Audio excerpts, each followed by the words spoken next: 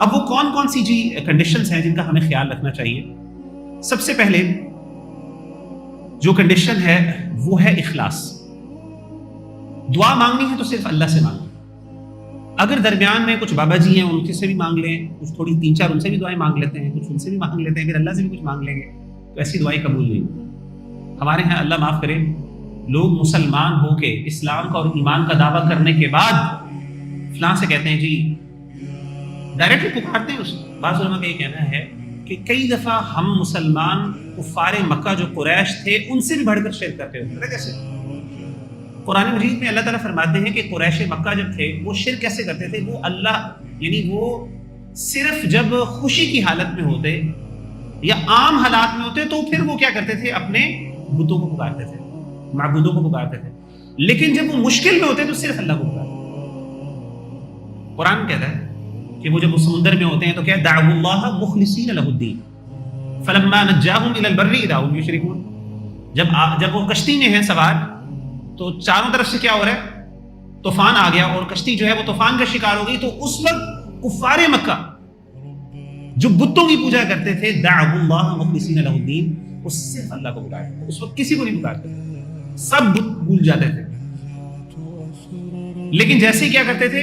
تری پر آتے خشکی پر آتے فلما نجاہم الی البر اذا هم یشرکون، تو وہاں پہ کیا کرتے ہیں؟ دوبارہ ویسے ہو جاتے ہیں. جب اللہ تعالیٰ نجات دیتے تھے وہاں ہم لوگ کیا کرتے ہیں؟ اللہ معاف کرے تکلیف اور مشکل کے اندر بھی کس کو پکارے ہوتے ہیں؟ ہم اللہ معاف کرے کئی دفعہ ان سے بھی آگے بڑھ جاتے ہیں. یعنی ہم تو اچھے حالات میں تو پکارتے ہی پکارتے ہیں دوسروں کو مدد کے لیے، تکلیفوں بھائی ایاک نعبد و ایاک نستعین. اس کا مطلب قرآن مجید دعا ہم کر رہے ہیں نماز کے اندر، یہ ہم اللہ ہم صرف تیری عبادت کرتے ہیں اور صرف تجھ سے مدد مانگتے ہیں. یہ ایاک نستعین کا مطلب کیا ہے؟ سمجھ نہیں آتی. جب ہم یا علی مدد یہ ساری علی مدد مجھے کہتے ہیں تو یاد رکھیے گا کہ وہ دعا جہاں پہ کوئی اور بندہ آ جائے گا اللہ وہ دعا کبھی قبول نہیں کریں گے. بے شک آپ کو لگ رہا ہے آپ کو ریزلٹس مل رہے ہیں، بھائی وہ شیطانی ریزلٹس ہیں، وہ آپ کے لیے ایک آزمائش ہو سکتے ہیں، وہ اللہ کی طرف سے دعا بھی قبول نہیں کرتے. کئی دفعہ ایسا ہوتا ہے کہ انسان، یاد رکھیے گا ایک یہ بھی سمجھ لیں، کئی دفعہ انسان غیر اللہ سے مانگتا ہے اور انسان کی دعا قبول ہو جاتی ہے، وہ اللہ کی طرف سے آزمائش ہوتی ہے. یہ میں آپ کو بتا دوں. آپ مجھے بتائیں اگر غیر اللہ سے مانگنے سے کچھ نہ ملتا ہوتا تو دنیا کے اندر اتنا شرک کیوں ہوتا ہے؟ شیطانی قوتیں ہوتی ہیں، طاقتیں ہوتی ہیں جو اس میں انوالو ہوتی ہیں. اور کئی دفعہ اللہ تعالیٰ آزمائش کے لیے اس میں دیکھو اچھا تو کسی اور کے پاس گیا ہے لے تم اس سے اور دور ہو جائے. تو یہ نہ سمجھیے گا کہ وہاں پہ مانگے تو وہاں سے ملتا نہیں، مل جاتا ہے، لیکن وہاں پہ دینے والا کئی دفعہ شیطان کی طرف سے ہوتا ہے اور کئی دفعہ ایسا ہوتا ہے معاملہ اللہ معاف کرے کہ اللہ کی طرف سے آزمائش ہوتی ہے لیکن دعا قبول نہیں ہوتی. کیونکہ اللہ کہتے ہیں فدعوا اللہ مخلصین لہ الدین، اللہ کو پکارو تو اس کے لیے دین کو خالص کر لیں، آمیزش نہیں ہونی چاہیے. دوسری چیز کیا ہے؟ دوسری کنڈیشن جو علماء نے ذکر کی وہ حدیث سے پتہ چلتی ہے، وہ یہ ہے کہ انسان اس یقین کے ساتھ مانگے کہ اللہ تعالیٰ دعا کو قبول کرنے والے ہیں. جیسے میں نے پہلے بتایا اگر دعا کرنے کے بعد آپ کہتے ہیں پتہ نہیں قبول ہوئی ہے کہ نہیں یا ہوگی کہ نہیں، اس طرح مانگیں گے تو اللہ قبول نہیں کرتا. حدیث میں کیا آتا ہے؟ اللہ کے رسول صلی اللہ علیہ وسلم نے فرمایا، سنن ترمذی کی حدیث ہے اور یہ حدیث حسن ہے، ادعوا اللہ وانتم موقنون بالاجابہ، تم اللہ تعالیٰ کو اس حالت میں پکارو کہ تمہیں یقین ہو کہ تمہیں جواب ملے گا، یقین کے ساتھ، سرٹنٹی کے ساتھ. اور تیسری چیز کیا ہے کہ انسان کبھی اسی سے متعلق ہے، وہ یہ ہے کہ جب انسان اللہ سے پکارے، اللہ کو پکارے تو انسان اپنے دل کو حاضر کر کے اپنے دل سے دعا کرے. اور یہ تبھی ہوتا ہے جب انسان یقین سے مانگ رہا ہوتا ہے. اس لیے اسی حدیث کا دوسرا پارٹ کیا ہے؟ وَاعْلَمُوا أَنَّ اللَّهَ لَا يَسْتَجِيبُ دُعَاءً مِّن قَلْبِ غَافِلٍ لَاهِمٍ، کہ اللہ تعالیٰ ایسے شخص کی دعا کو قبول نہیں کرتا ایسے دل کی طرف جو ایسے دل سے نکلتی ہے جو کہ لاپرواہ اور جو غفلت کا شکار. یعنی اگر آپ کا دماغ کہیں اور ہے نا، ذہن کہیں اور لگا ہوا ہے اور آپ نے ہاتھ اٹھائے، کئی دفعہ ایسا ہوتا ہے کہ ماشاءاللہ ہم لوگ اتنے زیادہ ڈسٹریکٹڈ ہوتے ہیں نماز کے اندر، تو اکثر ہماری نمازوں کے اندر کچھ اور چل رہا ہوتا ہے. ہم دعا مانگنے بیٹھتے ہیں تو دعا بھی کہیں اور پہ ہمارا دماغ کے چل رہا ہوتا ہے، ہم پتہ ہی نہیں ہم دعا مانگ رہے ہیں، پتہ ہی نہیں چلتا اچھا وہ ختم نہیں ہوگی دعا. یہ ایسا ہوتا ہے.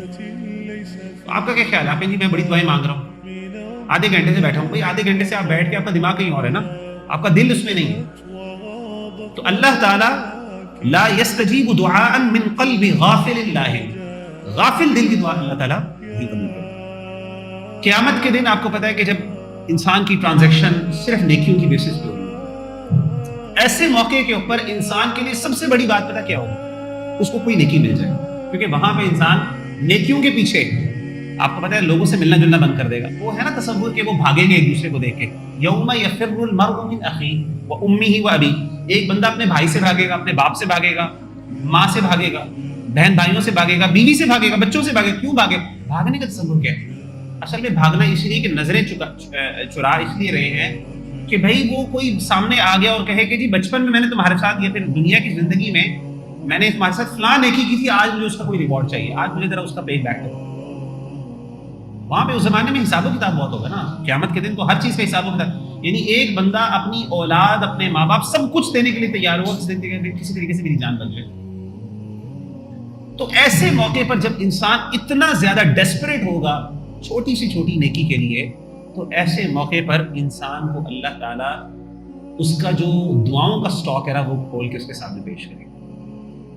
اور اس موقع پر انسان وہ جو بڑی لمبی لمبی دعائیں مانگی ہوں گی رات کی، اور پھر اس طریقے سے تہجدوں میں دعائیں مانگی، اکیلے میں دعائیں مانگی، رو رو کے دعائیں مانگی. اب وہ بندہ سوچتا ہے کہ پتہ نہیں یہ رائے کہاں جا رہی ہے. قیامت کے دن اللہ کہیں گے میرے انسان کہیں گے یہ کیا؟ اللہ کہیں گے یہ وہی بندہ، میرے بندہ یہ وہی دعائیں ہیں جو تو بظاہر میں، اب وہ ساری انسان شرائط پوری کر رہا ہے، میں وہ آداب کا بھی لحاظ رکھ رہا ہوں، سب کچھ کر رہا ہوں جو اللہ تعالیٰ کی مجھ سے ایکسپیکٹیشن ہے، اس کے باوجود قبول ہو رہی ہے. کیوں نہیں ہو رہی؟ تو اس موقع پر جب انسان کو اللہ تعالیٰ وہ دعاؤں کا ریوارڈ دیں گے تو اس وقت انسان کیا کہے گا؟ ہائے کاش میری دنیا میں کوئی بھی دعا قبول نہیں ہوئی اور آج مجھے سب کچھ یہاں پہ مل جاتا. یہ انسان اتنا کمزور ہے.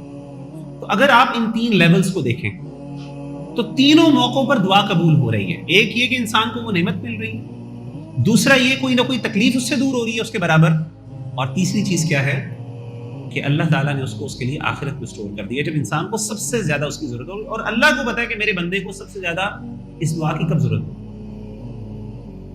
تو یہ اللہ کا احسان ہے جی. وہ ہم لوگ شکوہ، ہماری زبان شکوہ کرتی ہے. ہاں شرط یہ ہے، کنڈیشن یہ ہے کہ دعا قبول ہوئی ہو. اور دعا قبول ہونے کے لیے علماء نے کچھ کنڈیشنز بیان کی ہیں، کچھ بھی ریکوزٹس ہیں، ان کا بھی خیال رکھنا ہے. اگر وہ پورے ہو رہے ہیں اس کے بعد دعا کے اوپر یقین ہونا چاہیے کہ وہ قبول ہو رہی ہے.